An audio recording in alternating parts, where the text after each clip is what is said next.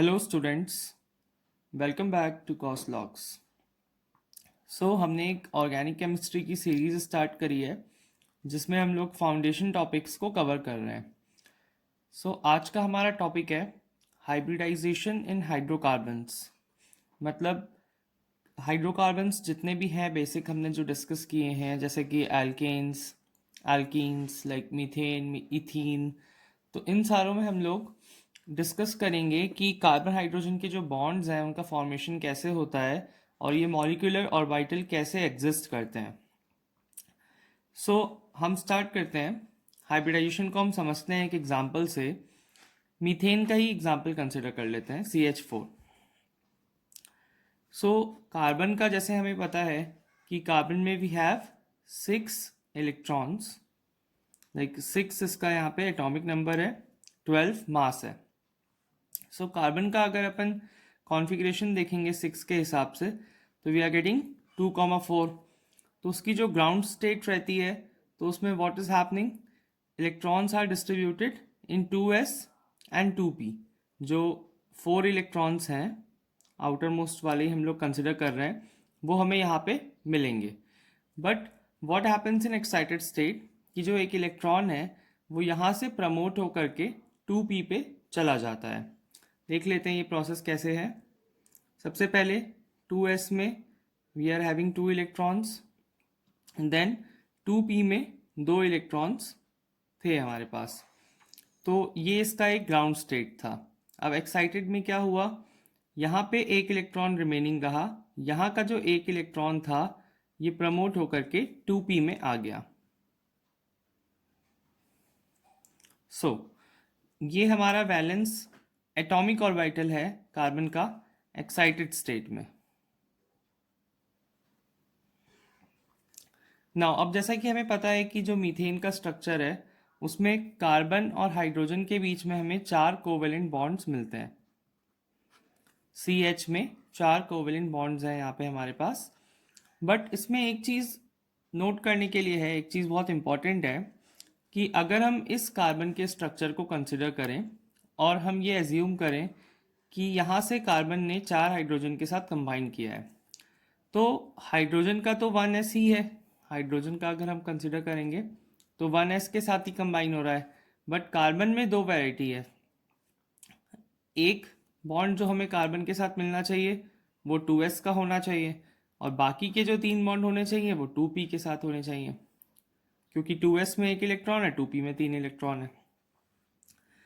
तो उसके हिसाब से यहाँ पे जो बॉन्ड्स हैं उनकी जो प्रॉपर्टीज़ हैं वो थोड़ी सी डिफरेंट शो होनी चाहिए। मतलब 1s 2s वाले की और 1s 2p वाले की जो बॉन्ड पैरामीटर्स हैं वो डिफरेंट होने चाहिए। हमने ऐसा एक्सपेक्ट किया, but practically what we found कि इन चारों की, मतलब जो C और H के बीच में जो 4 बॉन्ड्स बन रहे हैं वो इक्विवेलेंट इन नेचर है। मतलब उनकी प्रॉपर्टीज़ में कोई ऐसा खास डिफरेंस नहीं है।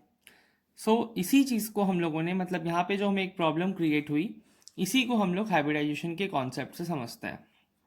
अब इसमें क्या होता है, जो अलग अलग एटॉमिक ऑर्बिटल्स होते हैं वो ओवरलैप करके एक नया हाइब्रिड ऑर्बिटल बनाते हैं and that hybrid orbital is equivalent in energy. That hybrid orbital becomes equivalent in energy. Hybridization एक थ्योरेटिकल कॉन्सेप्ट है और इसमें 2 या 2 से ज़्यादा एटॉमिक ऑर्बिटल कंबाइन करके एक नया ऑर्बिटल बनाते हैं जिसको हम लोग हाइब्रिड ऑर्बिटल बोलते हैं। जैसे कि यहाँ पे कार्बन का 1s और 3p, ये दोनों ने मिल करके 4 हाइब्रिड ऑर्बिटल बनाए। मतलब कि यहाँ पे कौन सा मीथेन में हमें हाइब्रिडाइजेशन मिला, sp3। क्यों sp3 मिला, क्योंकि 1s और 3p कंबाइन हुए हैं। sp3 हाइब्रिडाइजेशन में एक s ऑर्बिटल और 3 p ऑर्बिटल ने पार्टिसिपेट किया है और इन लोगों ने न्यू 4 हाइब्रिड ऑर्बिटल्स बनाए हैं जो इक्विवेलेंट होंगे एनर्जी में। नाउ हाइब्रिडाइजेशन हो जाने के बाद जो हमें 4 ऑर्बिटल्स ऑब्टेन हुए, मतलब कि sp3 हाइब्रिडाइजेशन हो जाने के बाद वी गॉट 4 हाइब्रिड ऑर्बिटल्स जो कि इक्विवेलेंट इन एनर्जी हैं। तो नाउ व्हाट विल हैपन, ये जो पहले वाली प्रॉब्लम थी कि 1s एक 2s के साथ हो रहा था और 3 2p के साथ हो रहा था, तो ये प्रॉब्लम हमारी ख़त्म हो गई, क्योंकि नाउ व्हाट्स हैपनिंग, वो इक्विवेलेंट इन एनर्जी हैं। जो हमें हाइब्रिड ऑर्बिटल्स मिले हैं, those are equivalent in energy. So इसमें एक चीज़ और ध्यान देने वाली है कि जो हम हाइब्रिडाइजेशन को एक्सप्लेन करते हैं, या जो हम बोलते हैं कि हाइब्रिडाइजेशन हो गया ऑर्बिटल्स के बीच में, so that will happen between the orbitals जो एनर्जी में, जिनकी वैल्यूज़ में बहुत ज़्यादा डिफरेंस नहीं है एनर्जी की। जैसे यहाँ पे 2s और 2p के बीच में हुआ है, तो इन लोगों की जो एनर्जी है वो क्वाइट कंपैरेबल है। तो इसी वजह से इन दोनों के बीच में आप कह सकते हो कि हाइब्रिडाइजेशन का प्रोसेस ऑकर हो पाया। अच्छा, जो इसकी ज्योमेट्री है वो भी कुछ इसी बेसिस पे डिसाइड हुई, और ये एक टेट्राहेड्रॉन ज्योमेट्री में बनता है। जो CH4 का हमारा कंपाउंड है, उसका जो मॉलिक्यूल है, सो CH4 में वी कैन सी कि यहाँ पे 109.5 डिग्री का एक एंगल होगा, and this is the tetrahedron geometry. और ये कौन सा हाइब्रिडाइजेशन है? sp3 hybridisation. अब हम लोग कंसिडर करते हैं next, that is your alkyne family का हमने एक एग्जांपल लिया है। अल्कीन फैमिली में हम कंसिडर कर लेते हैं इथीन को। सो जैसा कि हमें पता है, इथीन में C डबल बॉन्ड C रहता है, बाकी हाइड्रोजन से वैलेंसी सेटिस्फाई होती है। अब इसमें व्हाट्स हैपनिंग, यहाँ पे sp2 हाइब्रिडाइजेशन होता है। मतलब कि यहाँ पे 3 बॉन्ड्स हैं, जिसमें कि हम देख सकते हैं एक S, मतलब एक 2s वाला पार्टिसिपेट करेगा, और 2p में जो रहेंगे 3 इलेक्ट्रॉन्स रहते हैं, बट व्हाट्स हैपनिंग, एक ये वाला जो पार्ट है, दैट इज योर 2pz, ये अनहाइब्रिडाइज्ड है। 2pz वाला जो है, this remains unhybridised.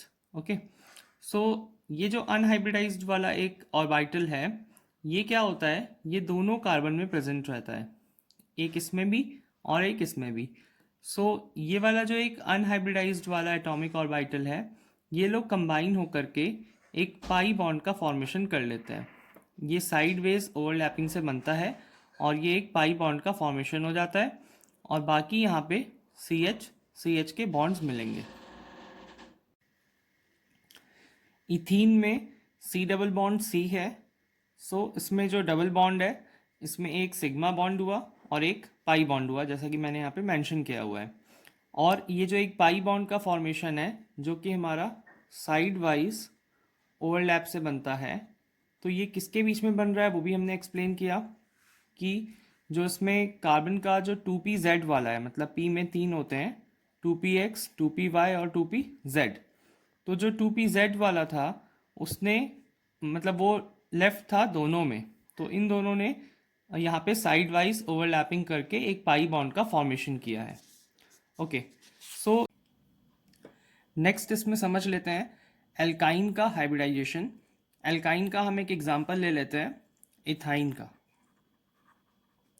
So ethyne का, जैसा कि हमें फॉर्मूला मालूम है, CH ट्रिपल बॉन्ड CH होता है, इसमें कार्बन कार्बन में ट्रिपल बॉन्ड प्रेजेंट है, और बाकी जो वैलेंसी है वो हाइड्रोजन से सेटिस्फाइड है।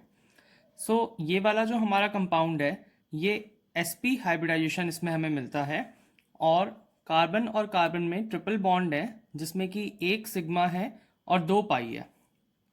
नाउ इसमें कैसे होता है, अगर हम कार्बन का एक एक्साइटेड स्टेट वाला देखें वैलेंस का, तो इसमें व्हाट्स हैपनिंग, s में एक इलेक्ट्रॉन है 2s में, और बाकी p में 3 इलेक्ट्रॉन्स हैं। बट इसमें ये पर्टिकुलर दो जो होते हैं ऑर्बिटल्स, मतलब कि एक s का और एक p का, ये लोग हाइब्रिडाइज होते हैं, तो इसलिए इसको हम लोग sp हाइब्रिडाइजेशन बोलते हैं।